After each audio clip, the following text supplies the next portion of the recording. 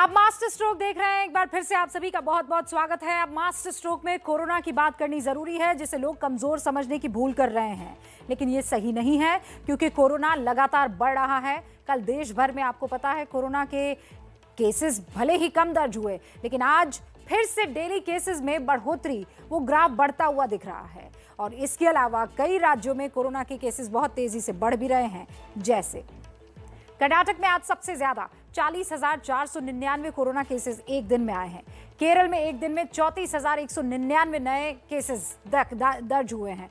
वहां तमिलनाडु में एक दिन में 26,981 केसेस आए हैं। गुजरात में पिछले 24 घंटे में रिकॉर्ड 20,966 केसेस आए हैं। आंध्र प्रदेश में 10,000 से ज्यादा केसेस रिकॉर्ड हुए हैं। गोवा जैसे छोटे राज्यों में 3,936 केसेस रिकॉर्ड किए गए हैं। इससे आप कोरोना के केसेस की भयावहता को समझ सकते हैं। ये आंकड़े ये बताने के लिए काफ़ी है कि कोरोना को आप हल्के में नहीं ले सकते हैं। वो एक ऐसे दौर में, वो भी जब देश के 5 राज्यों में चुनाव का माहौल है, लेकिन लोग मानने को राजी नहीं है। लेकिन हम लगातार ये कोशिश करेंगे कि आप मान जाएं, आप इसकी भयावहता को समझ लें।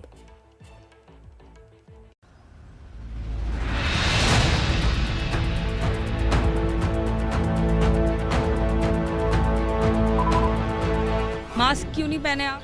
क्योंकि मैं फोटो खिंचवा रहा हूँ। मास्क कहाँ है? अभी खाना खा के आया है, मास्क कहाँ है?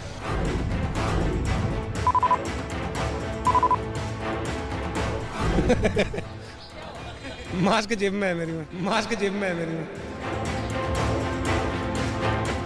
दिल्ली के ये लोग इसीलिए बेखौफ हैं क्योंकि दिल्ली में कोरोना के केसेस में लगातार कमी आ रही है।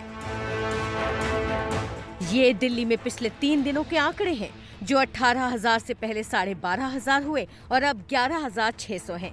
यानी केसेस में लगातार कमी आ रही है। शायद इसीलिए अब दिल्ली वालों को लग रहा है कोरोना बीत गया है, लेकिन ये सच नहीं है क्योंकि देश में कोरोना केसेस लगातार बढ़ रहे हैं। 17 जनवरी को 2,38,000 के करीब केस आए थे, जो आज फिर बढ़कर 2,83,000 के करीब आए हैं। उधर देश में एक्टिव केसेस भी लगातार बढ़ रहे हैं। 16 जनवरी को 16,56,000 एक्टिव केसेस थे, जो 17 जनवरी को बढ़कर 17,36,000 हो गए और 18 जनवरी को देश में एक्टिव केसेस की संख्या बढ़कर 18,31,000 हो गई। इन्हीं आंकड़ों को देखते हुए हम कह रहे हैं कि कोरोना को अभी हल्के में लेने की गलती ना करें। ये केसेस अभी और बढ़ते, लेकिन लोग टेस्ट नहीं करवा रहे हैं क्योंकि आईसीएमआर ने हाल ही में नई गाइडलाइन जारी की हैं, जिसमें बहुत सारे लोगों को टेस्ट करने की जरूरत नहीं बताया गया था। जानकारों का मानना है कि कोरोना की ये तीसरी लहर फरवरी के अंत तक खत्म हो जाएगी। आईआईटी कानपुर के वैज्ञानिकों ने कोरोना पर नई रिसर्च की है, जिसके मुताबिक देश में रोजाना 7 लाख केस आ सकते हैं। कोरोना का संक्रमण काफी हल्का है, इलाज से ही कोरोना की रोकथाम हो सकती है। दिल्ली मुंबई में पीक आकर चला गया। यूपी, महाराष्ट्र, कर्नाटक में पीक आना बाकी है। यूपी में 19 जनवरी से कोरोना पीक पर पहुंचेगा। तमिलनाडु, गुजरात और आंध्र में भी पीक आना बाकी है।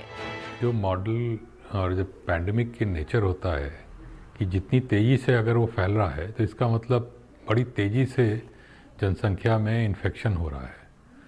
और इसका दूसरा अर्थ ये भी है कि ऐसे व्यक्ति जो कि इन्फेक्टेड नहीं हैं, उनकी संख्या बड़ी तेज़ी से कम होती जा रही है।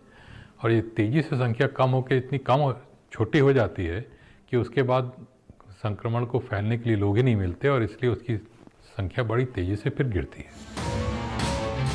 तीसरी लहर का भारत में भले ही असर कम दिख रहा हो, लेकिन पूरी दुनिया में ओमिक्रॉन वेरिएंट कहर मचा रहा है।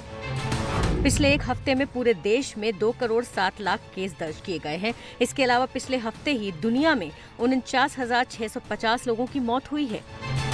सिर्फ यूरोप में ही पिछले 7 दिनों में 81,40,000 केस दर्ज हुए हैं और 21,147 लोगों की मौत हुई है। बहुत से देशों का बुरा हाल है। जैसे कजाकिस्तान में 2 हफ्ते में कोरोना के 671% ज्यादा केस दर्ज किए गए। पेरू में 2 हफ्ते में 191% केस बढ़ गए हैं।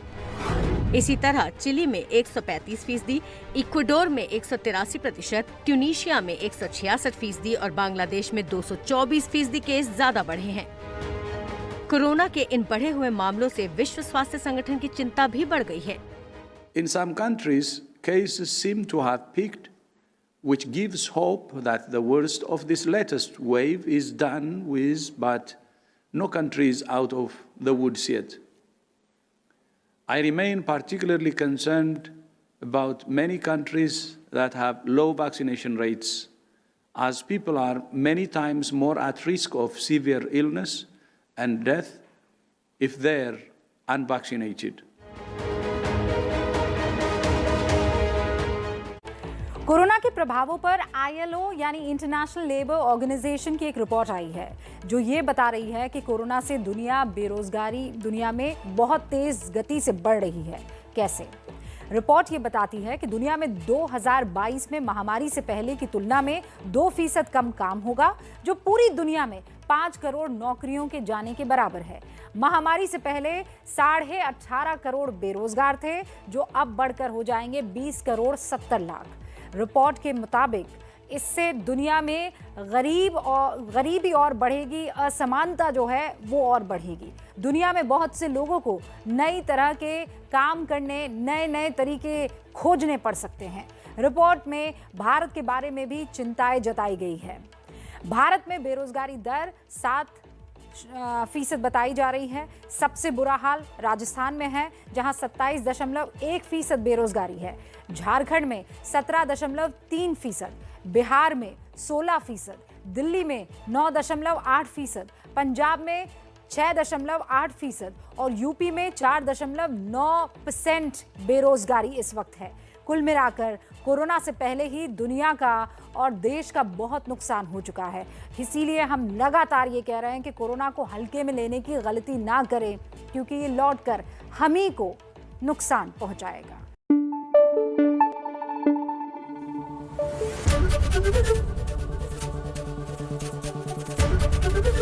ABP न्यूज़ आपको रखे आगे।